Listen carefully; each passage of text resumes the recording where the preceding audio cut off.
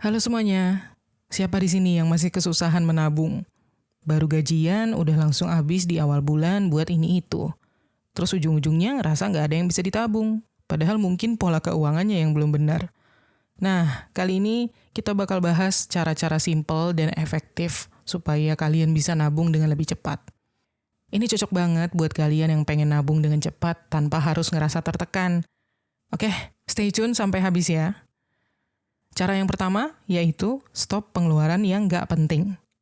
Kadang-kadang kita nggak sadar ada pengeluaran kecil yang kelihatannya sepele, tapi justru itu bikin dompet kita semakin tipis tanpa terasa. Contohnya kayak jajan minuman kekinian setiap hari atau nongkrong-nongkrong gitu. Oke lah, ngopi misalnya di coffee shop itu seru banget buat nongkrong atau kerja gitu ya. Tapi coba kalian hitung. Kalau satu gelas kalian bayar 50.000 dan kalian beli itu hampir setiap hari kerja.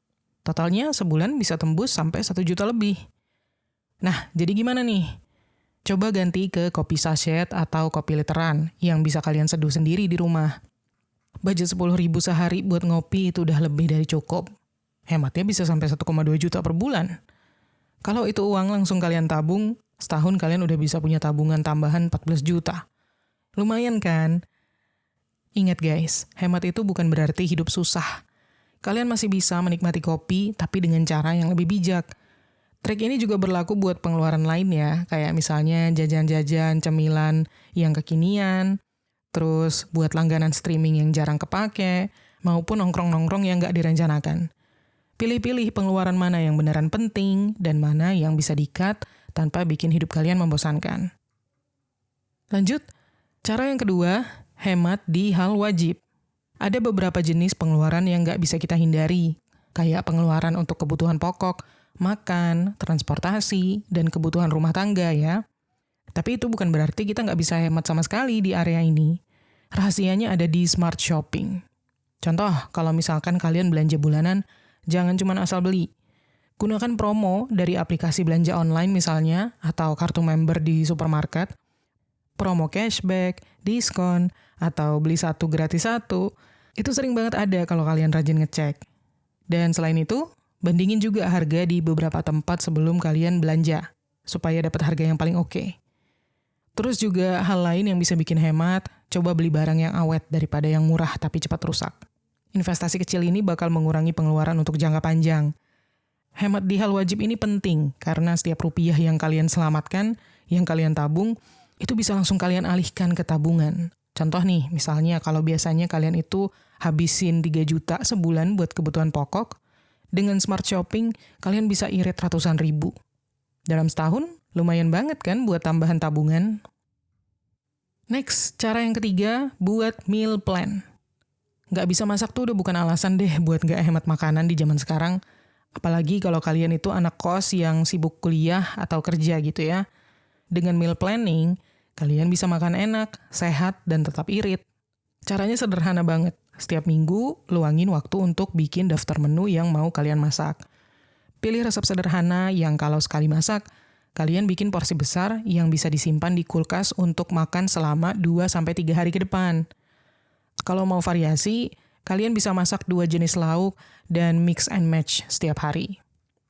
Nah, bahan makanan pun belinya di pasar atau di toko grosir aja, karena biasanya lebih murah kan dibanding beli dadakan di minimarket gitu. Misalnya nih, daripada kalian jajan di luar 20.000 untuk sekali makan, kalian bisa masak sendiri dengan biaya 10.000 sekali makan. Nah, kalau sehari makan 3 kali, kalian udah hemat 30.000. Dalam sebulan, hematnya bisa sampai 900.000. Selain itu, kalian juga jadi lebih tahu apa yang kalian makan. Uang yang berhasil dihemat dari makanan ini bisa langsung kalian tabung atau alihkan ke investasi kecil-kecilan, kayak misalnya nabung emas atau beliin reksadana. Lanjut, cara yang keempat, jual barang yang nganggur. Pernah nggak sih kalian ngerasa ruangan di rumah atau di kamar kalian itu penuh banget tapi nggak tahu kenapa? Nah, coba deh lihat lagi barang-barang yang udah lama nggak kalian pakai. Bisa jadi ada baju, atau sepatu, atau gadget, ataupun aksesori yang sebenarnya masih bagus, tapi cuma jadi penghuni lemari. Daripada numpuk dan nggak kepake, mending dijual. Barang yang paling laku tuh biasanya kayak baju ya, baju branded, atau sepatu sneakers, tas, atau gadget kayak handphone, laptop. Kalau kalian bingung mau mulai dari mana, coba foto barang kalian dengan pencahayaan yang bagus, lalu kasih deskripsi yang jujur, dan tentukan harga yang wajar. Jangan lupa pasang di marketplace atau platform media sosial yang banyak penggunanya, kayak Instagram atau TikTok gitu. Uang hasil jual barang itu bisa langsung masuk tabungan deh. Kalau misalkan kalian berhasil jual 5-10 barang aja misalnya, tabungan kalian bisa nambah ratusan ribu atau bahkan jutaan, tergantung harganya juga sih. Tapi ya, seenggaknya selain nambah uang, rumah kalian juga jadi lebih rapi kan? Ini cara cepat untuk nabung yang simple tapi efektif banget. Next, cara yang kelima, cari side hustle. Kalau kalian ngerasa pendapatan kalian dari pekerjaan utama itu memang gak cukup untuk menabung, saatnya kalian mencari penghasilan tambahan alias side hustle. Ada banyak ide side hustle yang bisa kalian coba, misalnya jualan barang pre-loved di marketplace, atau dropshipping produk tanpa modal yang besar, atau bisa juga freelance jadi content writer, graphic designer, atau social media manager misalnya. Atau bisa juga jadi content creator, ngonten di TikTok atau di YouTube yang bisa dimonetisasi. Pilih side hustle yang gak bikin kalian stres dan sesuai dengan minat ya. Misalnya kalau kalian itu suka menulis, coba jadi penulis freelance. Atau kalau kalian suka bikin video, manfaatkan platform media sosial untuk bikin konten yang menarik. Mungkin tantangannya adalah membagi waktu antara pekerjaan utama dengan side hustle dan juga waktu istirahat ya. Jadi, bikin jadwal harian yang jelas. Misalnya, pekerjaan utama dari pagi sampai sore. Terus lanjut side hustle dikerjain di malam hari atau di weekend. Dan jangan lupa sisihkan waktu untuk me time supaya kalian gak kecapean, burn out. Nah, hasil dari side hustle ini bisa jadi tambahan untuk tabungan atau investasi kalian, beli emas digital atau reksadana misalnya.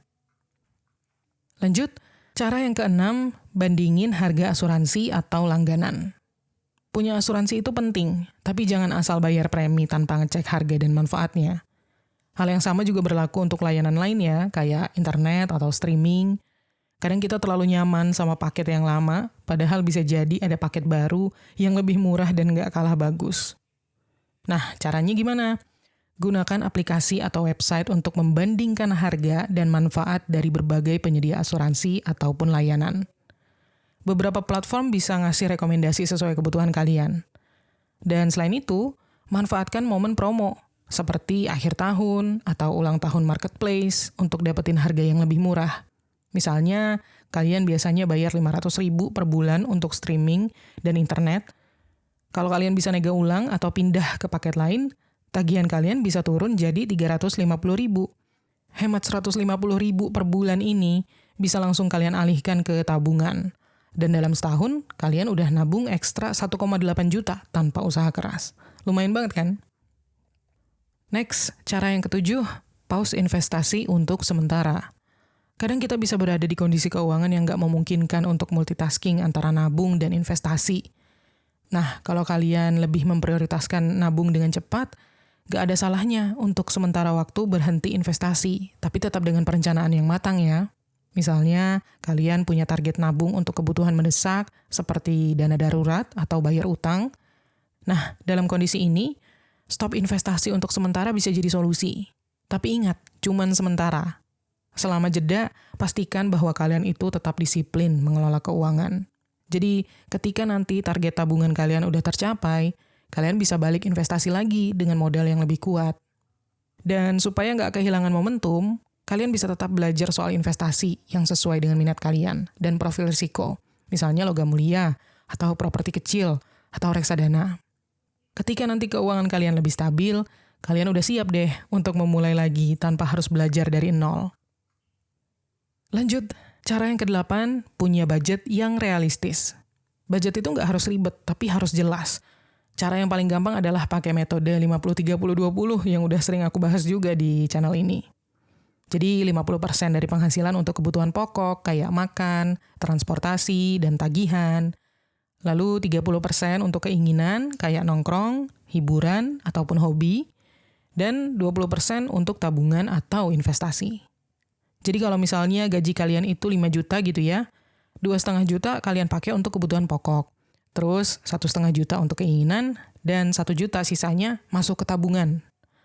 Kalau mau lebih agresif lagi menabungnya, bisa tuh kalian geser alokasi keinginan jadi lebih kecil, misalnya 20% aja. Jadi alokasi tabungannya bisa 20%. Nah, pastikan juga bahwa budget kalian itu fleksibel ya. Kalau misalnya bulan ini ada pengeluaran ekstra, bulan depan bisa diatur lagi supaya balance.